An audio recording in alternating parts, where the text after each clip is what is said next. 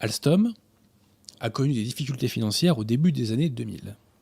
Et Sarkozy les a en partie sauvés en augmentant la participation de l'État au capital. L'État est monté à 21% du capital.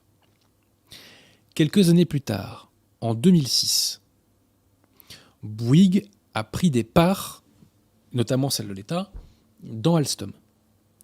Pourquoi l'a-t-il fait ? Parce que Martin Bouygues voulait à l'époque créer un géant du nucléaire, fait de la fusion entre, ou du regroupement, si vous préférez, entre Alstom, Areva qui aurait été privatisé, et donc le groupe Bouygues. Donc retenez ce projet que Bouygues avait à l'esprit. Il s'avère que Alstom est une société qui a été malade, je sais pas, la formule est de l'auteur, a été malade de corruption. Apparemment, la société a énormément pratiqué la corruption. Alstom a été condamnée au Mexique pour corruption en 2007, elle a été condamnée en Italie pour le même motif en 2008, puis en Suisse en 2011. Et dans les années 2010, on verra pourquoi, plusieurs actions ont été faites par les États-Unis, et notamment au titre de cette fameuse extraterritorialité de leurs droits. Bon. L'auteur fait remarquer que quand on veut racheter un grand groupe, on est toujours content qu'il soit affaibli, puisque ça fait baisser, bien entendu, le prix d'achat. Hein. Alors, les choses vont se compliquer encore pour Alstom, puisque l'entreprise va être dans le viseur du capitalisme américain, et notamment de General Electric.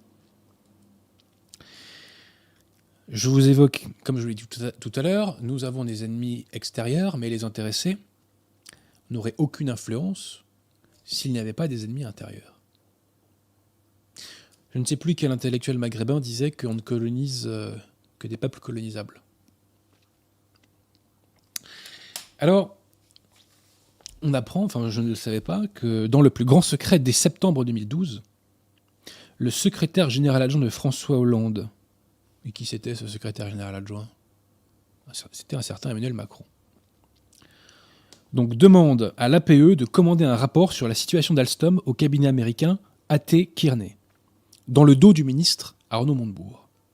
Concrètement, ce rapport fixe déjà, donc on est en 2012, hein, ce rapport fixe déjà dans les grandes lignes le démantèlement du groupe français, avec un scénario de vente clairement privilégié, celui de qui, je vous le donne dans le mille, de General Electric, comme par hasard. Coïncidence sans doute. Hein. Il s'agit alors de traiter de manière préventive une éventuelle sortie de Bouygues, comme le confie l'un des responsables du cabinet à la commission d'enquête. Oui, parce qu'il y a une commission d'enquête sur Alstom menée par le député LR Olivier Marlet ou Morlet, je ne me souviens plus de son nom. Donc, Macron, dès 2012, est à la manœuvre pour un rachat d'une branche d'Alstom par General Electric. Et il s'avère que pendant cette période, eh bien, Bouygues, effectivement, a envie de vendre ses parts. Pourquoi ? Parce qu'il a besoin de liquidité. Que s'est-il passé ? Bouygues s'est brouillé avec Sarkozy. Alors que je crois que c'est le parrain d'un de ses enfants. Hein. Bon. Pourquoi ?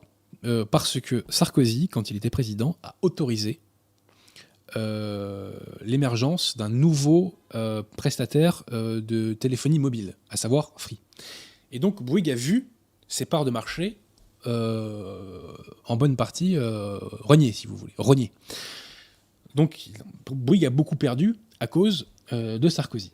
Voilà. Et en plus, Bouygues est déçu parce que Areva, apparemment, enfin il y a pas mal de veto au sein de l'État pour privatiser Areva, notamment de Fillon et de Van Lauvergeon. Et donc Bouygues voit que le géant nucléaire qu'il voulait constituer ne pourra pas se faire. Voilà. Donc Bouygues veut vendre. Voilà. Alstom, je vous l'ai dit, est déstabilisé dès 2012. Même avant, puisque les premières attaques américaines au début des années 2010 étaient un début de déstabilisation. Donc déstabilisation américaine, déstabilisation intérieure par Macron, et déstabilisation dans l'actionnariat parce que Bouygues veut vendre. Bouygues rentre en contact assez rapidement avec les Américains. Enfin, assez rapidement, non. Officiellement, c'est en mars 2014. Bon. Et ce qui est fascinant, c'est que le président Patrick Cron, l'un des dirigeants général de Alstom, Patrick Cron, est interrogé par Montebourg sur les approches américaines, et à l'époque, il nie l'existence de ces approches. Il les nie. Et il y a une célèbre scène d'ailleurs de Montebourg à l'Assemblée nationale où il dit de façon ironique qu'il faudrait mettre des... Juste, comment dit-on pour faire parler les gens. Voilà, j'oublie. Un détecteur de mensonges, ouais. Il faudrait faire parler les PDG du CAC 40 avec des détecteurs de mensonges. Bon. Les choses deviennent officielles, donc comme je vous le disais, vers avril 2014, et Montebourg va chercher à faire une proposition Alstom de fusion avec Siemens. Mais Patrick Cron refuse, je crois, parce que, en tant que fils de déporté, il ne veut pas collaborer avec les Allemands. Enfin, il y a une formule bizarre là-dedans. On ne comprend pas trop, quoi. Montebourg est opposé au rachat d'une partie d'Alstom par les Américains. Et il prend un décret qui autorise à bloquer les projets de vente, les projets d'OPA, enfin de vente, les projets de cession, je dirais, de joyaux stratégiques industriels français à des groupes étrangers. Et notamment, comme je vous le dis, parce qu'il y a un enjeu stratégique important. Montebourg, toujours pour éviter le projet de rachat par General Electric, propose une nationalisation d'Alstom. Et qui s'y oppose? Vous suivez mon regard, un certain Emmanuel Macron. Ceci étant posé, comme le note l'auteur et comme le rappellent les journalistes de la chaîne YouTube Off Investigation qui ont fait une vidéo sur Alstom que je vous invite à aller voir, la décision de Macron, l'opposition de Macron à la nationalisation n'a une portée que parce que François Hollande a tranché en faveur des États-Unis. Donc la vente se fait. Mais pour limiter la casse, eh bien, un accord est conclu entre Alstom et l'État français en 2014. Et donc cet accord, donc c'est Montebourg qui en est à l'origine, prévoit que General Electric va créer 1000 emplois dans la région de Belfort. Si ces emplois ne sont pas créés, une très forte amende va être imposée à General Electric.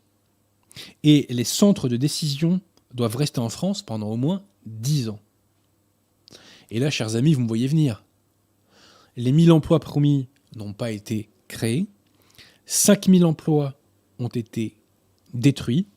Et les centres de décision ont tous quitté la France. Et bien entendu, l'amende prévue dans l'accord n'a jamais été exécutée. Jamais. Et l'exécution de cette amende aurait dû avoir lieu pendant le quinquennat Macron. Eh bien, jamais General Electric n'a été inquiété.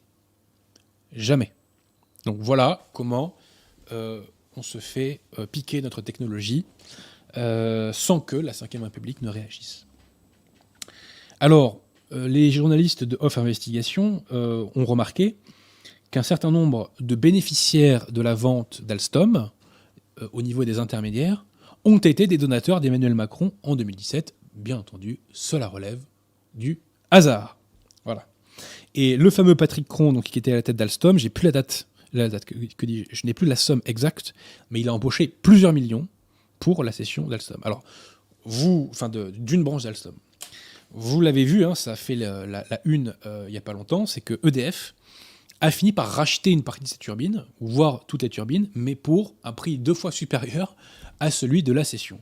Bref, on se fait dépouiller et on nous prend pour ces 3 petits points. Enfin, quand je dis on, c'est le pouvoir. Hein.